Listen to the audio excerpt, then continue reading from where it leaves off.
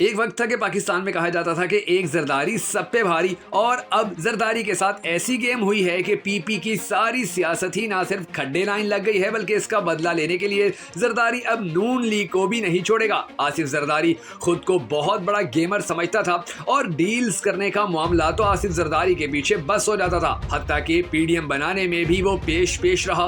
बिलावल भुट्टो जरदारी ने ये ऐलान तक कर दिया था कि पिछले वजीर आजम को हटाने की जो साजिश हुई थी वो सारी की सारी बिलावल हाउस में ही तैयार की गई थी। आसिफ जरदारी और बिलावल ये सब बातें करते रहे, मगर अब आसिफ जरदारी के पछताने का वक्त हुआ चाहता है। अब आसिफ जरदारी को समझ में आने लगा है कि पीडीएम और खसूसन नून लीग का साथ देकर उसने कितनी बड़ी गलती कर दी है। पहले एक जमाने में जरदारी कहता था कि नवाज शरीफ के साथ हम जन्नत में भी नहीं जाएंगे, ये गद्दार है, मैं कभी भी इसके साथ नहीं चलूंगा, ये ग्रेटर पंजाब की कोशिश कर रहा है, ये मुल्क दुश्मन है। दूसरी तरफ शहबाज शरीफ भी तकरीरें करता था और कहता था कि ये मिस्टर 10% है, मैं इसका पेट काट के कौम के सारे पैसे निकालूंगा। लेकिन इन सब बातों के बावजूद अब ये दोनों पार्टियां बड़ी करीब आ गई थी और अब इनकी करीब आने और इत्तेहाद की ये सारी कहानी फिर से खराब हो चुकी है। इसकी वजह यह है कि नवाज शरीफ ने अब साफ इनकार कर दिया है कि पंजाब में आसिफ जरदारी या पीपल्स पार्टी को कोई भी जगह या सीट एडजस्टमेंट नहीं दी जाएगी। हुआ ये है कि इन लोगों का प्लान था कि जैसे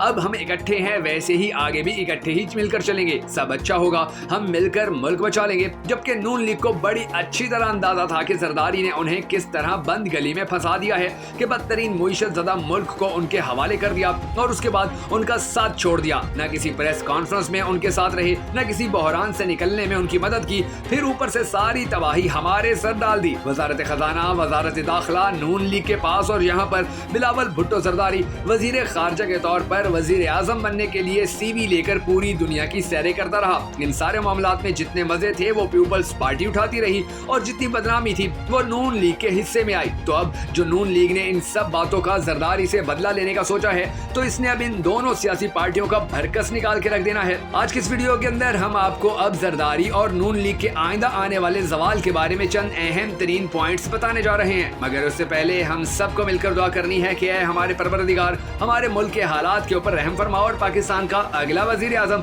उस शख्स को बना कि जिससे ये सारी कौम मोहब्बत करती है और वो भी इनसे टूट कर मोहब्बत करता है। अगर आप भी हम सब के साथ मिलकर इस दुआ में शामिल होना चाहें तो कमेंट सेक्शन में आमीन जरूर लिख दीजिएगा और हम सबको ये भी जरूर बताइएगा कि आप पाकिस्तान का अगला वजीर आजम किसको देखना चाहते हैं। मैं हूं शकील हैदर और आप देख रहे हैं आपका पसंदीदा चैनल बगा फैक्ट्स। नाज़रीन ग्रामी, कहानी कुछ यूं है कि आसिफ जरदारी इस गेम के चक्कर में थे कि मेरा सिंध तो मुकम्मल तौर पर महफूज है, वहां पर नून लीग बिल्कुल भी नहीं है, पंजाब में कोई सीट एडजस्टमेंट मिल जाए, कोई जनूबी पंजाब में जगह मिल जाए या इस्तेहकाम पाकिस्तान पार्टी में ही कुछ हाथ लग जाए। तो इन हालात में नून लीग ने अब सारे रास्ते बंद कर दिए हैं। वजीर दाखिला राना सनाउल्लाह ने कहा है कि किसी के साथ किसी भी तरह की सीट एडजस्टमेंट नहीं की जाएगी, हर हल्के में नून लीग अपना उम्मीदवार उतारेगी।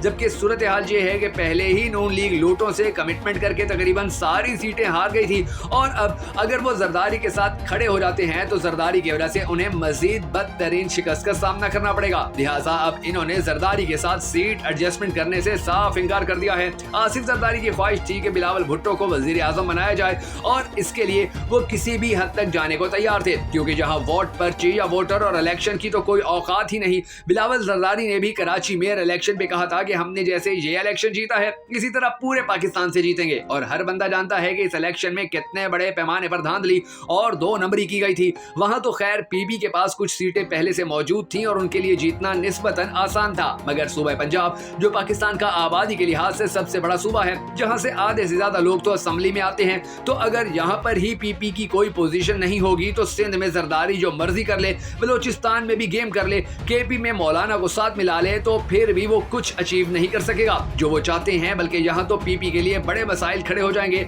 अब दुबई में भी मीटिंग्स हुई, वो भी नाकाम हुई, पीपी और नून लीग के फासले भी ज्यादा हुए, तो इसके बाद साफ इनकार कर देना कि जी पंजाब और पूरे मुल्क में किसी के साथ नून लीग सीट एडजस्टमेंट नहीं करेगी, तो इसका साफ मतलब ये है कि ये कहना नवाज शरीफ ताकतवर हल्कों के लिए काबिल कबूल हो गए हैं, वो पाकिस्तान के चौथी मर्तबा वजीर आजम बनेंगे या शहबाज शरीफ होंगे। और ये कोई हवाई बातें नहीं बल्कि खबरें हैं कि नवाज शरीफ सिलेक्ट हो गए हैं, बिलावल भुट्टो माइनस हो गया है। तो अब जरदारी इतनी आसानी से ये सब नहीं होने देगा, क्योंकि डील तो ये थी कि अब की बार शहबाज की बारी है और अगली बारी बिलावल की होगी, और अब इस डील के पूरा होने के इम्कानात कम हो गए हैं। तो जरदारी ने भी बड़ा अहम फैसला कर लिया है। आसिफ जरदारी को अब कप्तान कप्तान की इजाजत आना शुरू हो गई है। आपने नोट किया होगा कि एक वक्त में सेनेट में नून लीग को फारिग किया गया था। इसी तरह बलूचिस्तान में जब नून लीग की हुकूमत थी तो सनाउल्लाह ज़हरी वजीर आला थे, तो आसिफ जरदारी ने गेम करके हुकूमत की बसात ही पलट दी थी।